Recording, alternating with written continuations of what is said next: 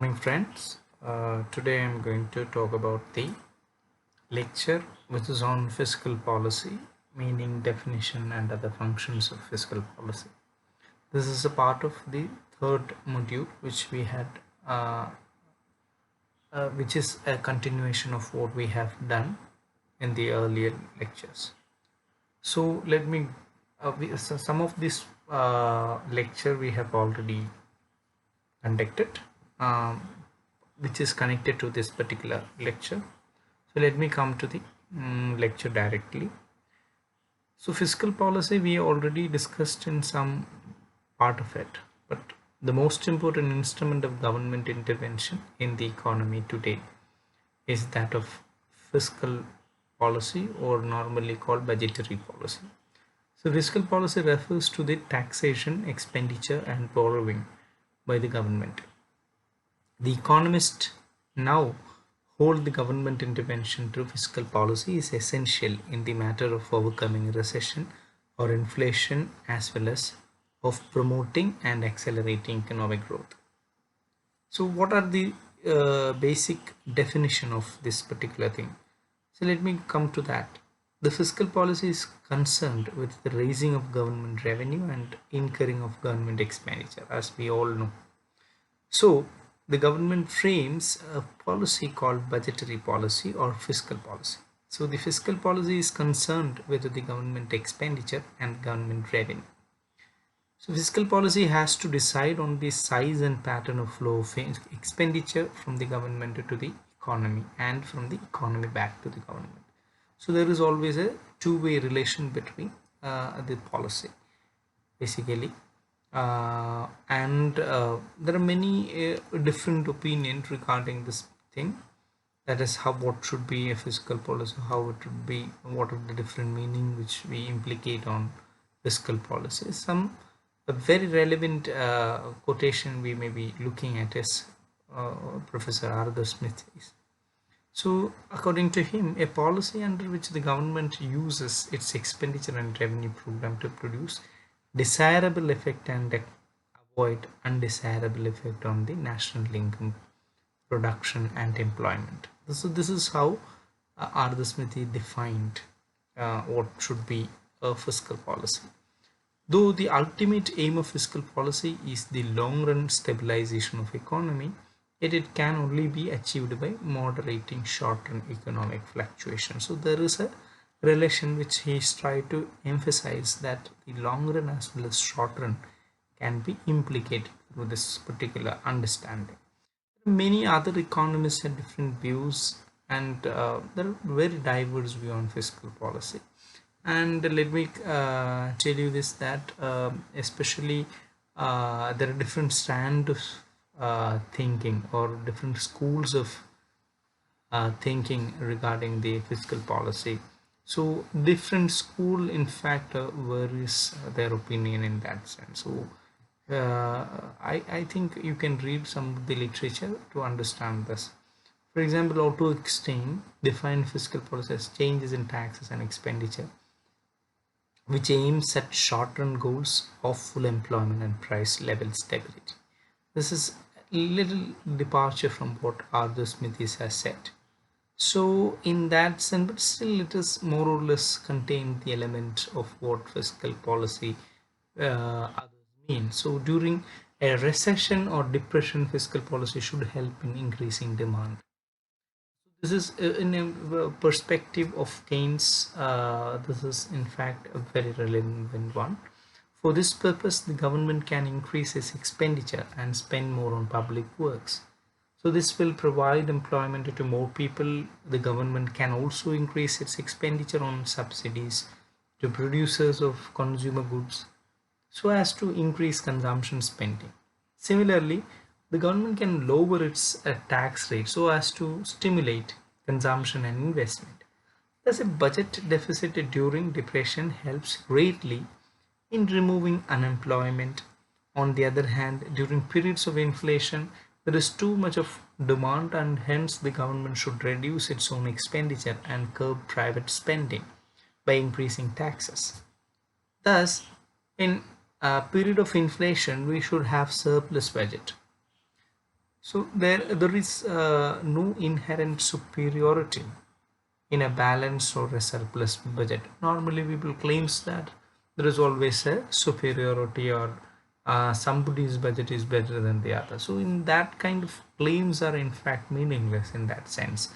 So it all depends on the prevailing economic situation. This view of public finance is called a functional finance, because according to this view, public revenue and expenditure of the government are not to be considered as being governed solely by the requirement of government finances, but by the requirement of attaining the and maintaining full employment and price stability. This is one of the particular view which is normally we try to advance in most of the literature, which is we normally call the mainstream literature, whereas there are other views which is in fact have a slight departure from it. So we will see that eventually in that sense. So the objective of fiscal policy therefore is very crucial as far as the fiscal policy is concerned. The importance of fiscal policy therefore is high in underdeveloped countries. So this is normally an opinion which is everyone try to advance, but nonetheless the developed world is also having a lot of fiscal stimulus, and fiscal they also depends on high level of intervention in that sense. But normally economists try to say that the developed countries, it is better, you need to actually have a high intervention in developing country than the developer. This is only a sham. I from personal point of view, I think there is a slight departure from this view. So irrespective whether it is developed or developing, the intervention of government through different forms, that normally people say that that is in terms of monetary policy, but it is not in terms of monetary policy. Fiscal policy, there is a lot of emphasis was given, or are given in the are given in the developed world. So in democrat, especially when you speak about a democratic society, direct methods are of fiscal policies are not basically feasible. So the government has to depend on direct method of regulation. So this is why government always do. So in this way, fiscal policy is a powerful weapon in the hands of government by means of which it can achieve the objective of development. The principal objective, therefore, of the fiscal policy are basically 10, such as development by effective mobilization of resources. Second one is efficient allocation of financial resources. Third, normally reduction in inequality of income and wealth. You can spell it as the fourth one as employment generation, fifth one as price stability and control of inflation. And then you can also talk about reducing the deficit and balance of payment. Then balanced regional development we can talk about, and eighth one is capital formation, and of course development of infrastructure we can add, and finally we can also say that increasing national income. In a nutshell, all these functions have normally been understood as a very standard function or of the a fiscal policy. So let me come to one by one. What are the importance of this fiscal policy in that sense? Let me come to the first one, development by effective mobilization of resources. So this ensures a rapid economic growth and development. This is what is the underlying objective of economic growth and development can be achieved. Okay, so this is how it has been emphasized here. So the financial resource, in order to have the financial mobilization for this particular task, normally there are other functions which government normally adopts, and more popular functions we all know about it. First one out of that is taxation. Through effective fiscal policy, the government aims to mobilize resources by way of direct tax or indirect tax. And this is in fact a very important aspect of the resource mobilization as far as the government is concerned. given that we have already know that there are three or four type of mobilization, we largely talking about the three. The first one is taxation, second one is public saving, where you can also know that the resource can be mobilized through public saving by reducing government expenditure and increasing surplus of public sector enterprises. We also know that the government can mobilize in a third way, which is private saving. Through effective fiscal measures such as tax benefit, the government can raise resources from private sector and households. So resources can also be mobilized through government borrowing and the way of treasury will issue of government bonds, etc. So loans from domestic and foreign parties and by deficit financing also be part of this particular understanding. This is what is actually normally the mechanism which government adopts in order to mobilize the resources. Now, the second objective in that sense is actually effective allocation of financial resources. Now, how this is effectively being, allocated, or these effectively mobilized fund has to be allocated. That is the second function, in fact, because you have already money with you. So then every government is going to, decide upon this particular thing and how which sector gets, like the economics which we talk about the allocation problem. So here the central and state government have tried to make efficient allocation of financial resources. These resources are allocated for development activities, which includes expenditure on different infrastructure, roads and maybe railway or different mechanism like defense, etc. So while non-developmental activities including expenditure, in that sense government has a segregation, if I would say that all kinds of developmental activity, normally there is a sort of division, that is developmental expenditure and non-developmental expenditure in the budget. So it's only an accounting matter, but still it is being called the development. Now the line between developing and developmental expenditure and non-developmental expenditure is almost withered, but still we keep, as for simplicity and classification, we do have this difference. So normally, as I said, directly, if it is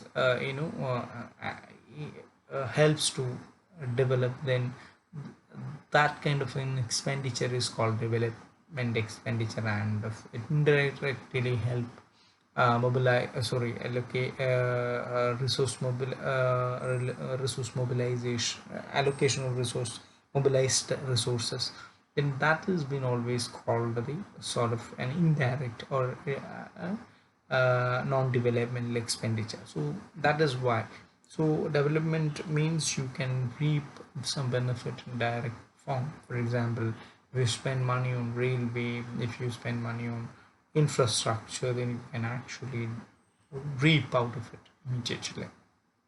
But at the same time, for example, if you spend money in defense, you cannot directly get benefit immediately, because defense is not cultivating anything, it is only protecting us. So interest payment, another thing is, whatever we had borrowed in order to develop, but you have to repay it. So if you repay, means you are actually paying an additional thing, which is called the interest.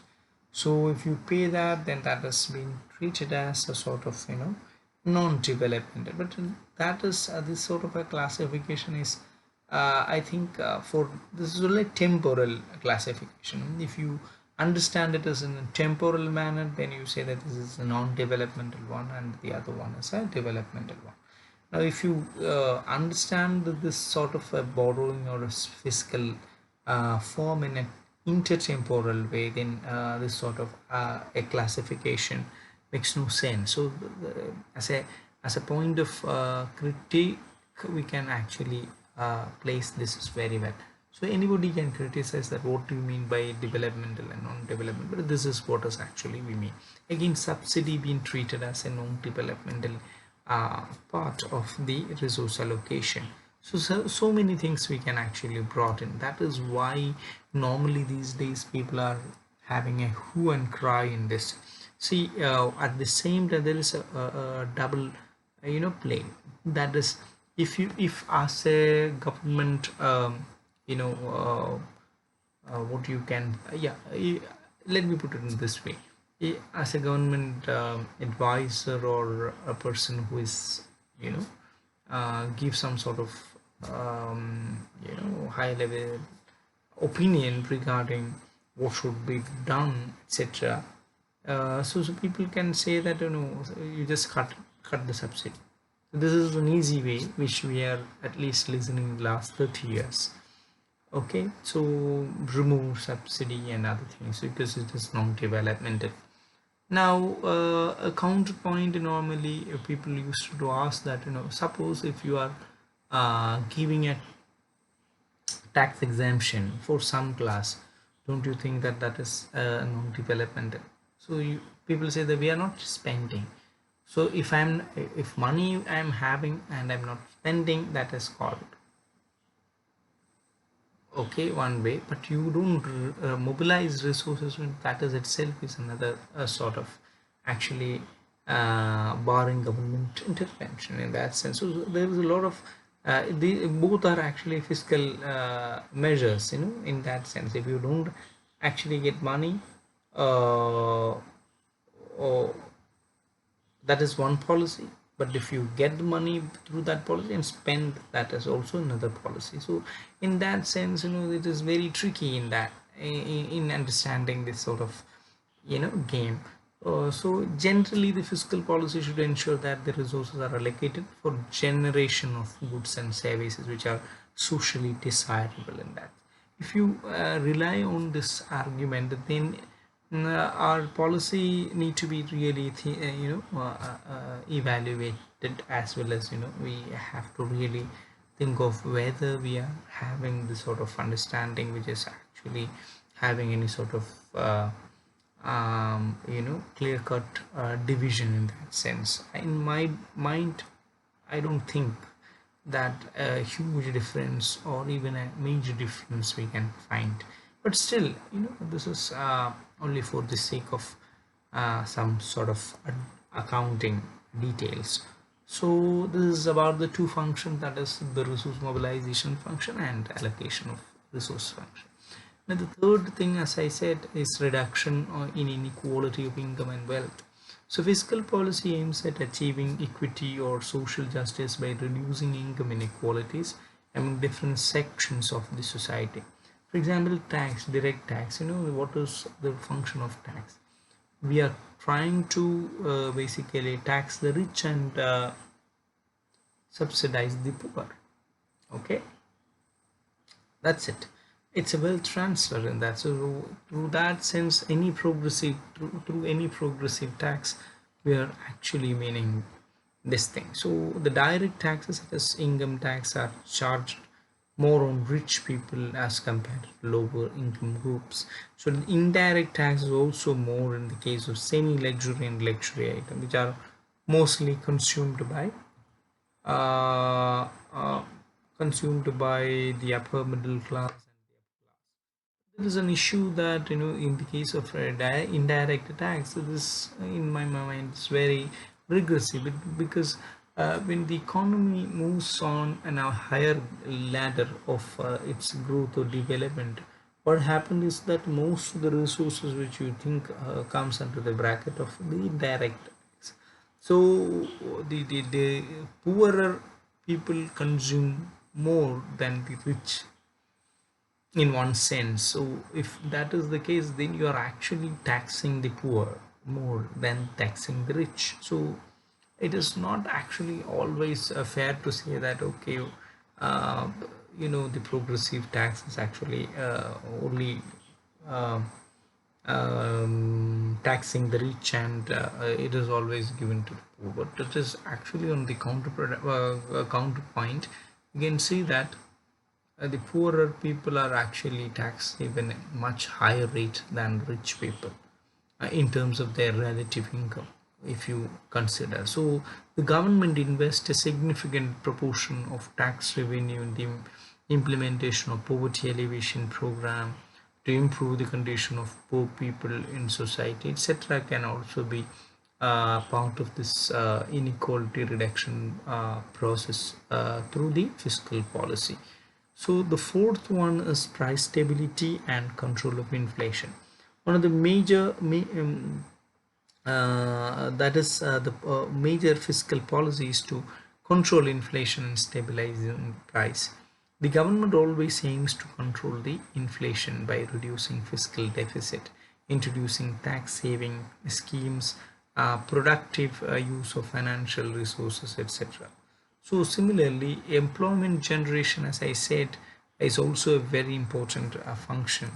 So government is making every possible effort to increase employment in the country through effective fiscal measure. This is what is actually the defined objective. Investment in infrastructure has, because a series of project has actually been highlighted in the recent decade that's to create employment. But alas, what happened is that the creation of employment is actually almost negative in the context of India. But this is a part of the criticism. But still, government is trying to do a lot of things. A different government at this, at the center, or at least in paper or through their media advertisement, they are trying to make that at least they are doing something. But unfortunately, that sort of an effort in paper says the reverse picture, or a reverse kind of picture on what is actually happening in the ground. So the ground says that the creation of employment is not actually really plausibly progressing in the country. So but irrespective of that, but the policy of the fiscal policy's objective is actually to create employment. That is why they are lowering taxes and duties on small scale industries, or giving incentives in that arena to have more people to come in front and do business, to encourage more investment and consequently generate more employment. So this is actually one of the stated objective, therefore. And then there is a sixth point, which is reducing deficit and balance of payment. Now as always, it is encourage more exports by way of fiscal measures like exemptions of income tax on export earners, or any exemption of central excise duties. Now these days, actually exemptions on different excise and other international tariff, and exemption of sales tax and control, etc. So all this is in fact try to reduce the balance of payment. This is quite true in the current context. Now the international crude oil price has fallen, but the price is kept constant. So domestically you have a parity, but internationally you don't have actually a higher sort of imbalance, because your price has fallen. So now government is not reducing that, so that can be actually have a different implication altogether. So the point is that there are different measures the government can adopt, and that measures, budgetary measures as well as the non-budgetary measures, depending on different circumstance. This is all leads to this sort of an adjustment in fiscal policy.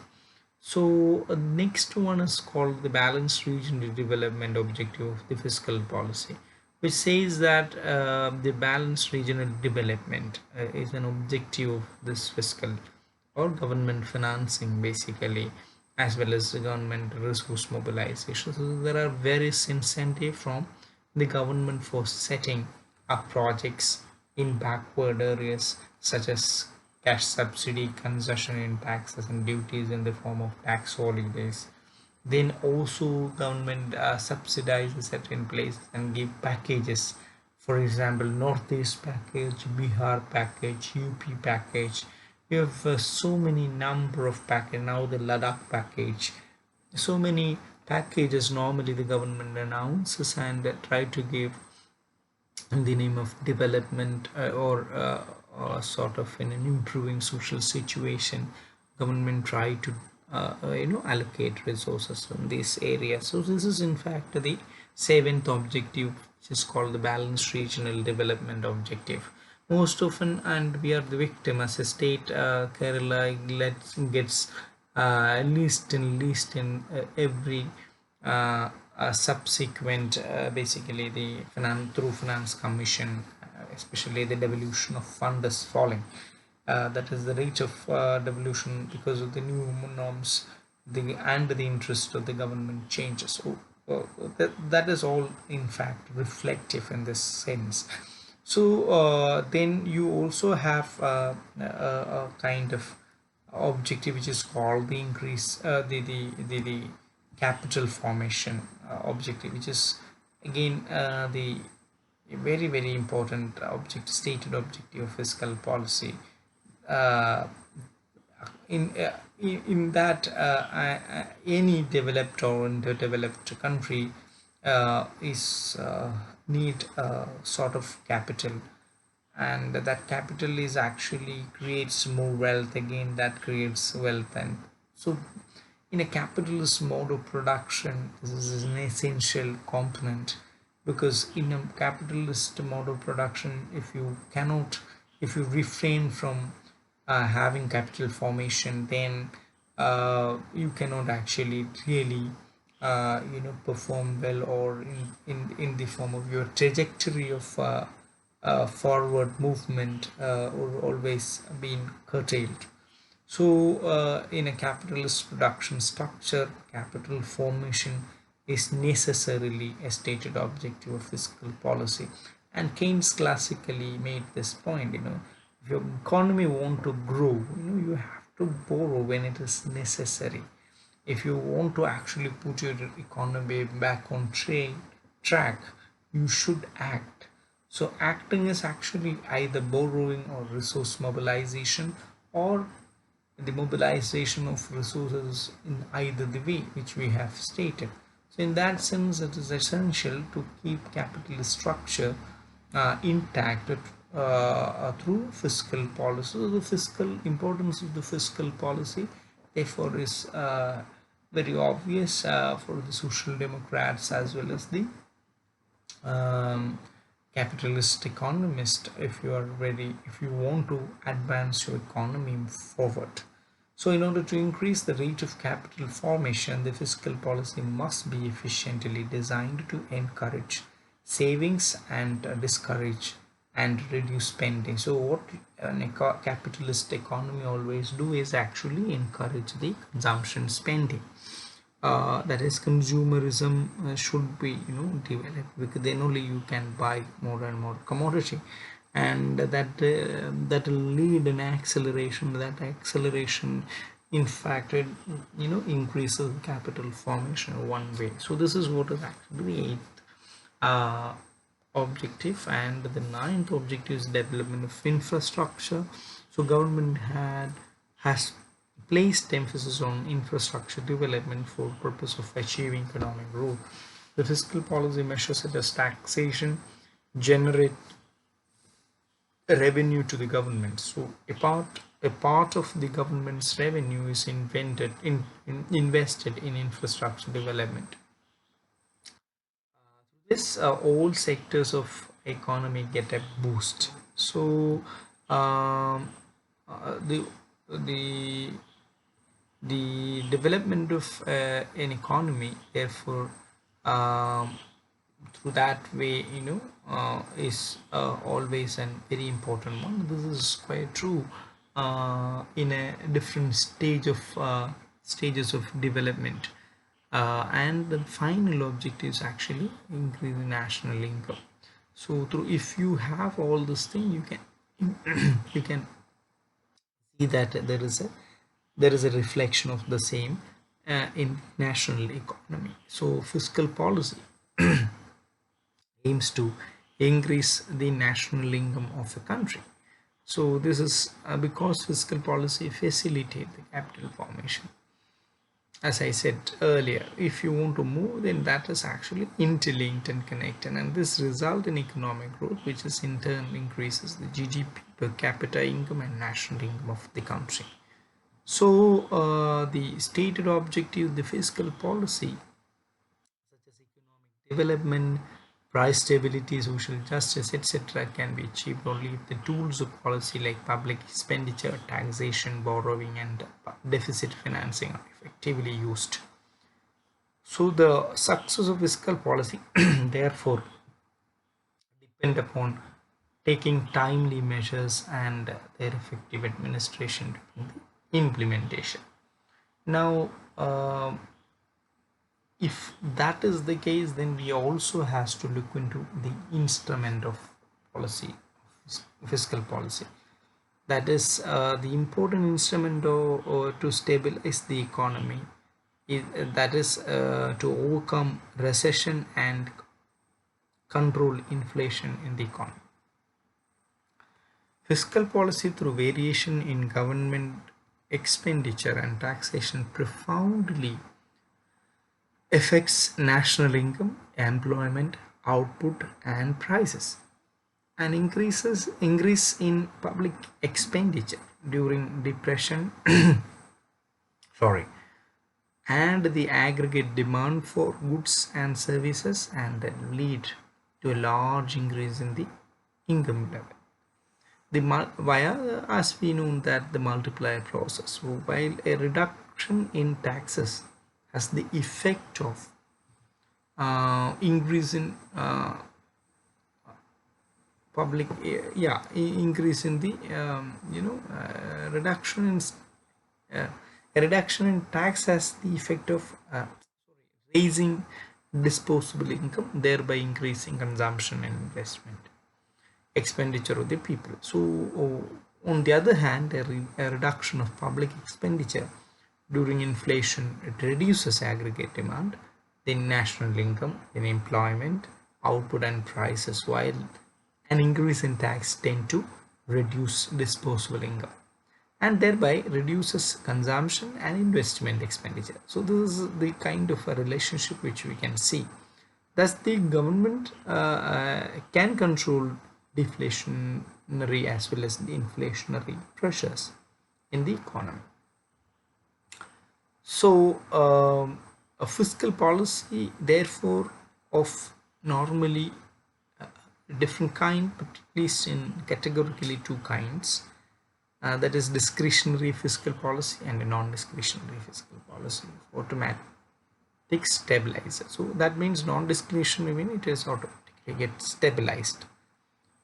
By discretionary policy we mean deliberate change in the government expenditure and taxes to influence the level of national output and prices. So fiscal policy generally aims at managing aggregate demand for goods and services. So on the other hand, non-discretionary fiscal policy of automatic stabilizers is built-in tax or expenditure mechanism that automatically increases aggregate demand when recession occurs and reduces aggregate demand when there is an inflation in the economy. That is, any special deliberate actions on the part of the government is therefore backed in that sense. So at the time of recession, the government increases its expenditure or cuts down taxes or adopts a combination of both. This is what is every government do in that sense. On the other hand, to control inflation, the government cuts down its expenditure or raises taxes. So to cure recession, expansionary fiscal policy, and to control inflation, contractionary fiscal policies adopted. There is, whenever you require to act, government in that sense do act. So fiscal policy aims at changing aggregate demand by suitably changing government spending and the tax. Okay, so fiscal policy is mainly a public policy of demand management in that sense. So what does the government try to say? So this is why it is called Keynesian. because it is basically manages demand and the supply. Okay, so that is why it's called the aims at changing aggregate demand by suitable change government spending and taxes, which is called the demand management mechanism. So when the government adopts expansionary fiscal policy to cure a recession, it raises expenditure without raising taxes, or cut down taxes without changing expenditure, or increases expenditure and cuts down tax as well. So with the adoption of any of these types of expansionary fiscal policy, government's budget will have a deficit. So it's not bad to have deficit in that sense, because the government is having an expansionary fiscal policy. They are spending on and on and on, then definitely there will be deficit in that sense, because they are spending. So it will have a time lag. Now if the economy keep on spending in that line, then definitely there will be deficit which is mounting also. But do we need to really afraid of such a move? I'll come to that point later. So this expansionary fiscal policy to cure recession and unemployment is a deficit budget policy. On the other hand, to control inflation. So if the economy is actually been experiencing such a situation, then the government intervention should be positively dealt with. But unfortunately, if you look into the Indian context, the expansionary fiscal policy is actually not effectively being done, because effectively means directly the government has to intervene to such policy, which is in fact not happening.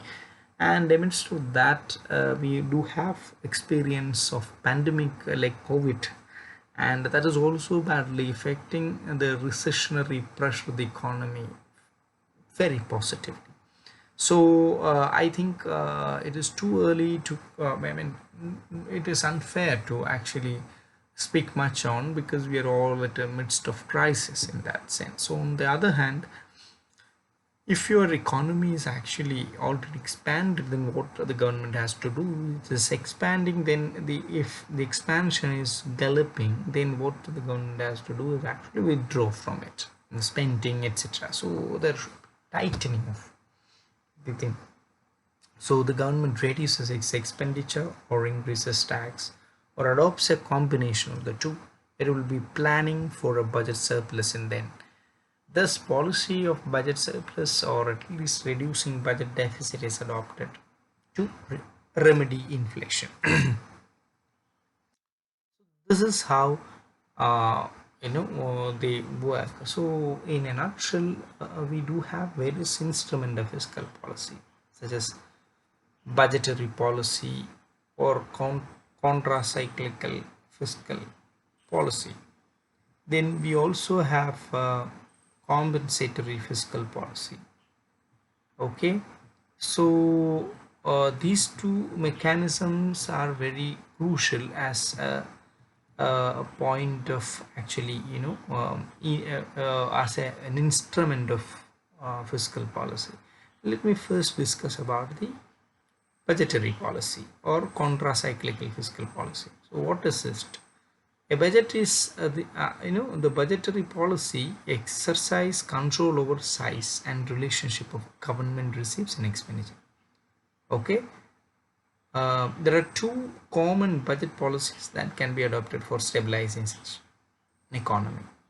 So first one is budget deficit, that is fiscal policy during depression, and second one is surplus budget, which is fiscal policy during boom.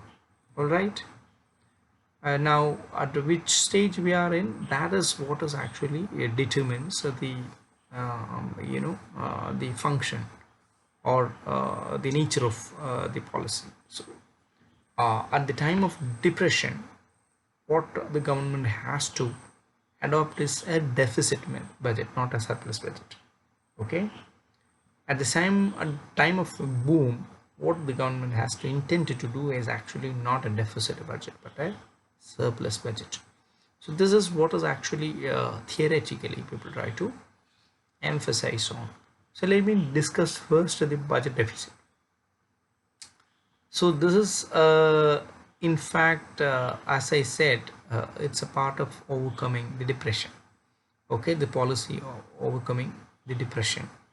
And when government expenditure exceeds, receipts large amount are put into the stream of national income than they are withdrawn.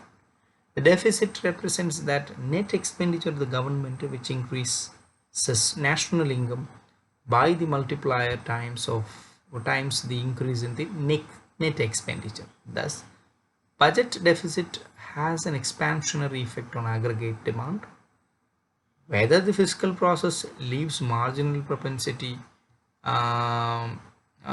marginal propensities unchanged, or whether a redistribution of disposable receipts occur. So this is what is very essential, important to keep in mind. So budget deficit may also be secured by reduction in taxes and without government spending.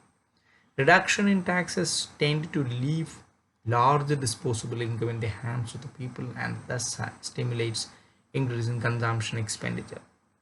But again, this is okay, depends on the success of this policy or the earlier one depends on the nature of the economy. So that is also interlinked in that sense. So uh, it, it it would lead to increase in aggregate demand in the later case and income and employment.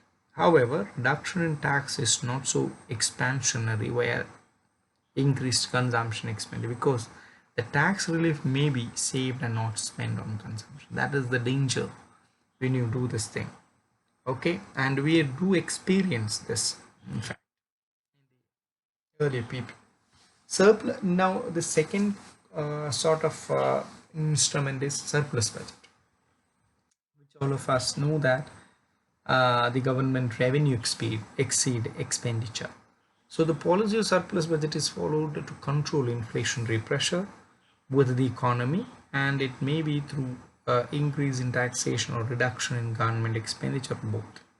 This will tend to reduce income and aggregate demand by the multiplier times the reduction in government and private consumption expenditure.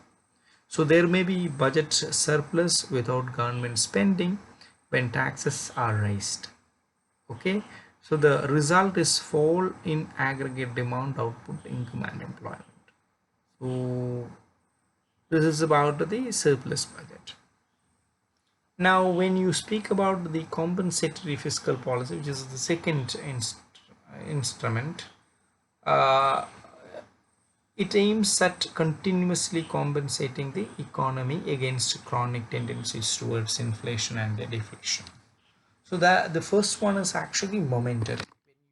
Requires you intervene, when you don't require you don't intervene. So very ideal way of understanding. The second one is actually a compensatory fiscal policy. So the economy again, as I said, the chronic tendencies towards inflation, deflation, by manipulating public expenditure and taxes, etc. So it therefore necessitates the adoption of fiscal measures over the long run rather than once for all measures at a point of time. This is very important because normally, if you look into the history of countries or developing or developed economy, normally in a democratic structure of at least a 100-year or a 50 years period, if you take, you can see that compensatory fiscal policy has always been visible. Okay, and it is always dominating. So when there are deflationary tendencies in the economy, the government should increase its expenditure through deficit budgeting and reducing in tax.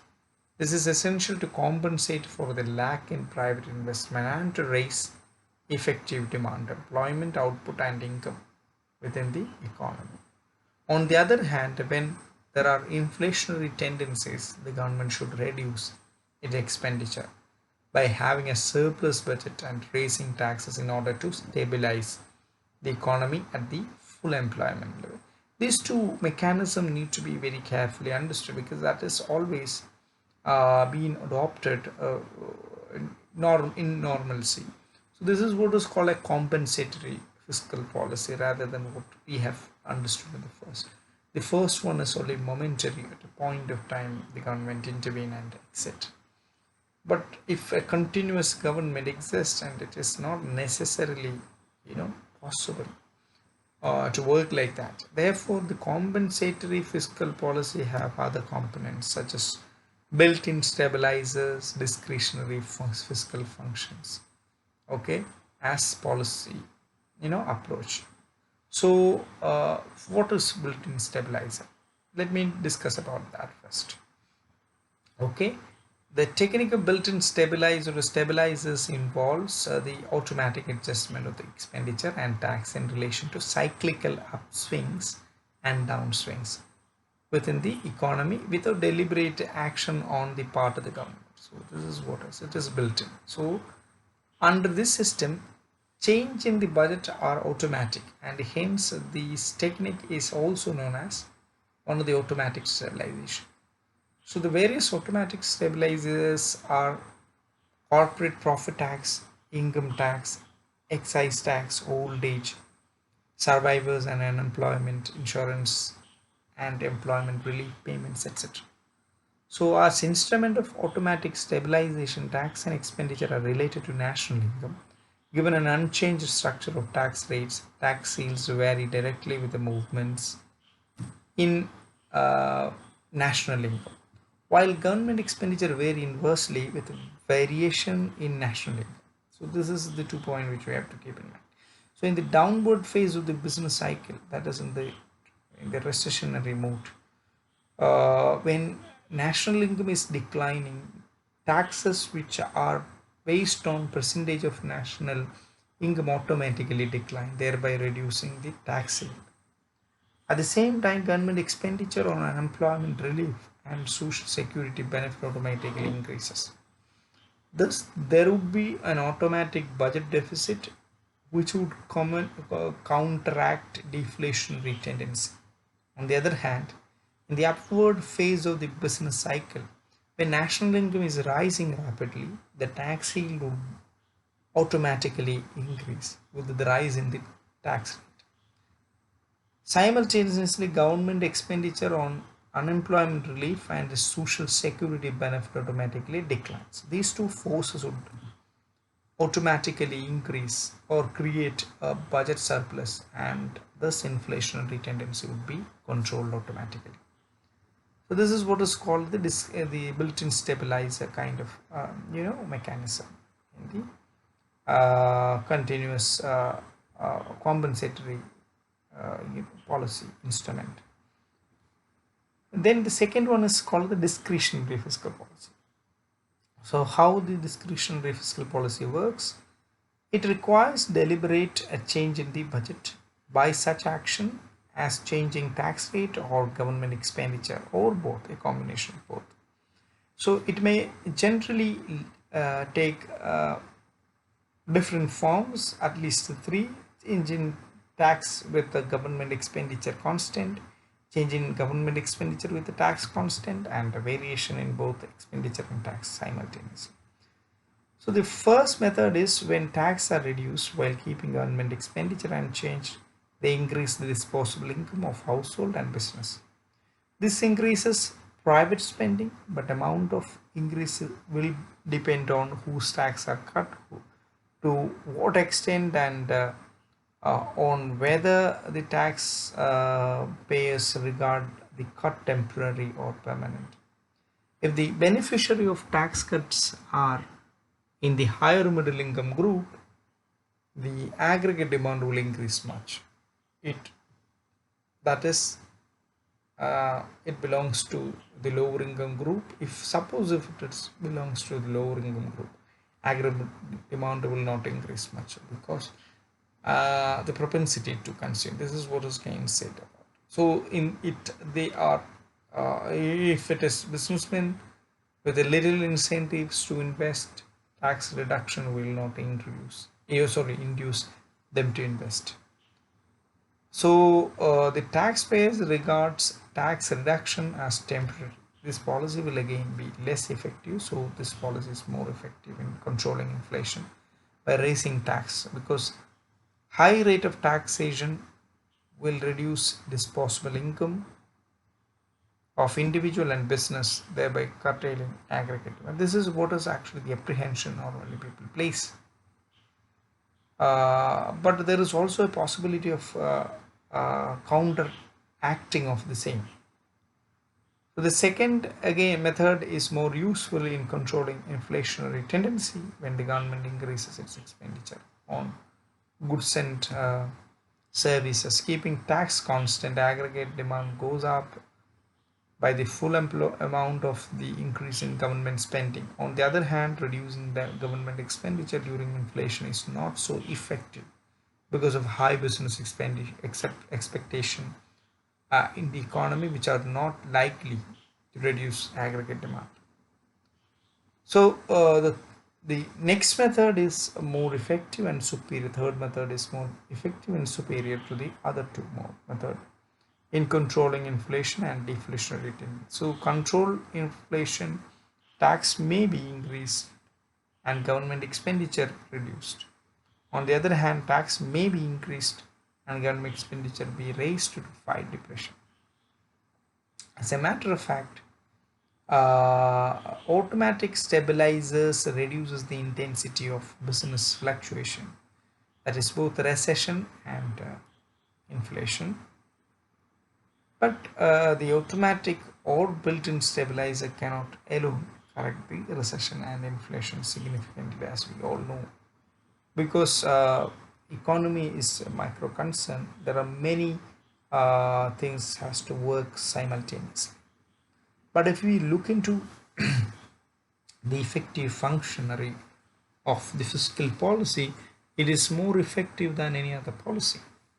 And I'm not saying that the monetary policy is actually less important. It's also very important. It's two pillars of what an economy works and how it works and how well it works.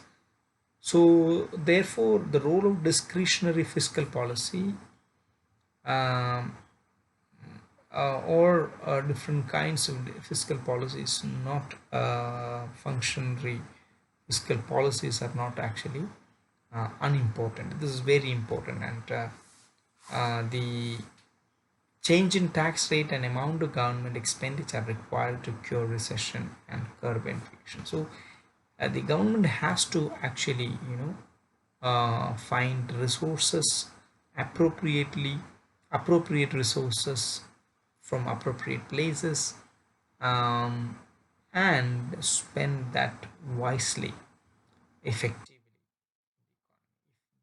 That then definitely we can say that all crises can be managed. Otherwise, it is difficult to manage such crisis.